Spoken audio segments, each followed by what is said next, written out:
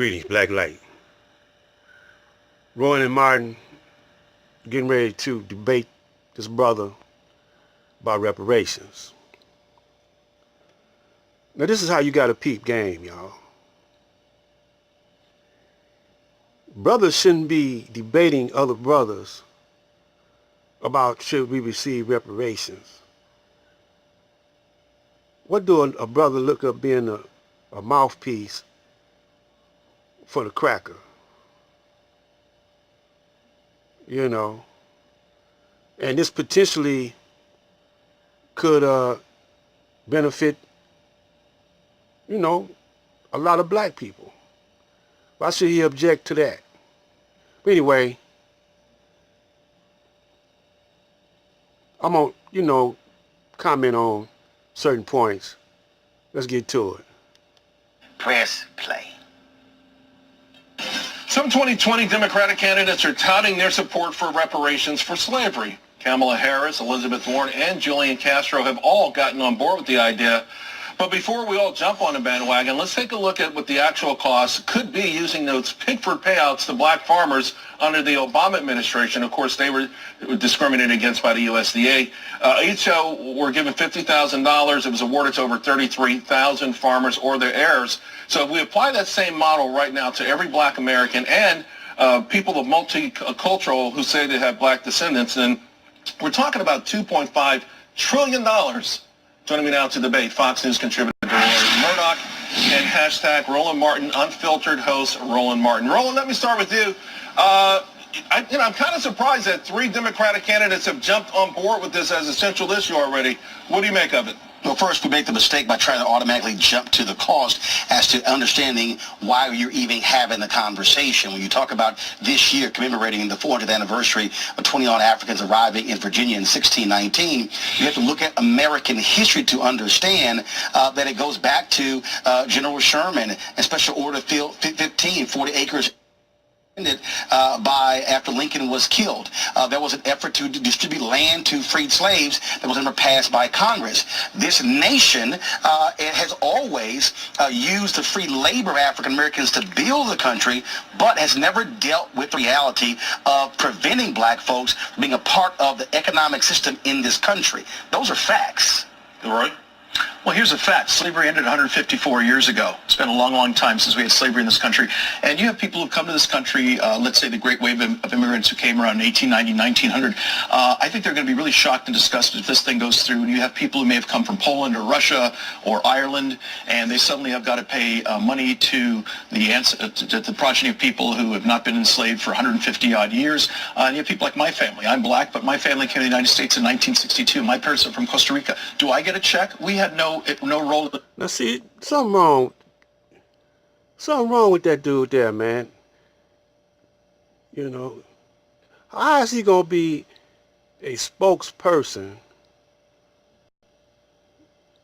for the slave master or any cracker, period? Even if they didn't crack a whip, even if their forefathers didn't crack a whip, why you gonna be a spokesman for them? You ain't got to pay the money out, man.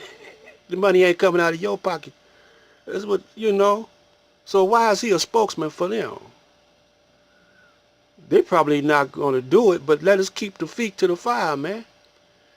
If we didn't have guys like him speaking for the government or the slave master and his children, then you can really find out what the cracker is made of. It's a dumb Negro right here, or either he's an agent. And I'm suspected this whole debate, the brother that gave the debate, why didn't he bring on the people that want to, bring on the white people that want reparations or going to run for reparations, and find out and grill them and find out, are they for real or are they BSing? In American slavery. What do Charles, you like say? you say it as well. What do you say? This is probably the most divisive. One second, Roland. I'll let you in, but I do want to ask.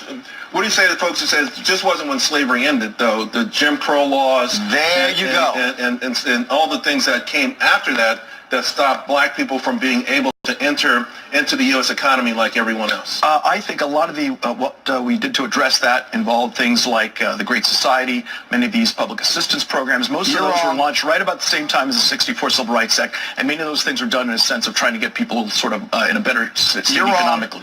Roland, Charles, are you concerned, Roland, about what DeRoy said, potential pushback from white folks in America saying, hey, I never owned a slave, and I don't know anyone who's ever been a slave. Well, again, though, this is the problem when you have American history. And look, DeRoy actually said it, and he doesn't even fully understand American history. The Great Compromise of 1877 ushered in Jim Crow. You had 92 years of Jim Crow. You talked about the picture. Actually, it did not end. Allow me, this book, Dr. King, Where Do We Go From Here? Chaos, where he talked about the issue, the practical cost of change for the nation up to this point has been cheap. He talked in this book where he talked about how even in 1967, 90% of the laws that were passed had not even been implemented. Here's the issue you're dealing with, Charles. You talk about the Pickford decision, the USDA discriminating against African Americans. The federal government's own housing policies, it was law discriminating against African Americans. The Fair Housing Act wasn't even passed until 1968, only because King got killed. So you can talk about slavery. There are African Americans today who were impacted by federal housing laws, and we know most wealth in America is a result of inheritance and also through housing. And so, DeRoy, do you deny that reality? Look, see, it's really no argument. It's really no debate. You know, we don't need to debate this. You know, if Negroes want to, if you want to be in charge of this,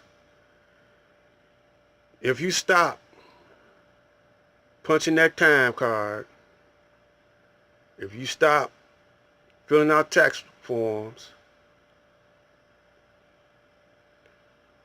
the world ain't gonna come to an end. Their world gonna come to an end.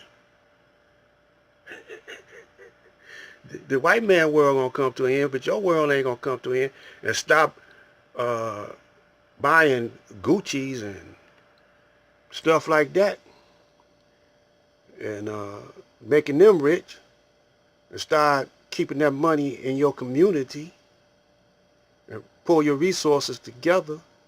Y'all could buy, if all the black people in the world, not even the world, but in the United States,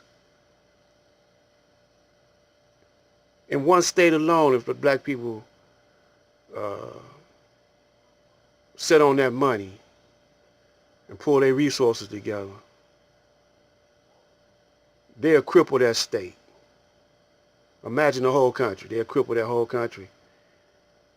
The amount of money that we spend out, we could buy us a state, probably buy us a small country, or maybe a medium-sized country. And with the Latinos and the Native American, they don't have they wouldn't have a prayer.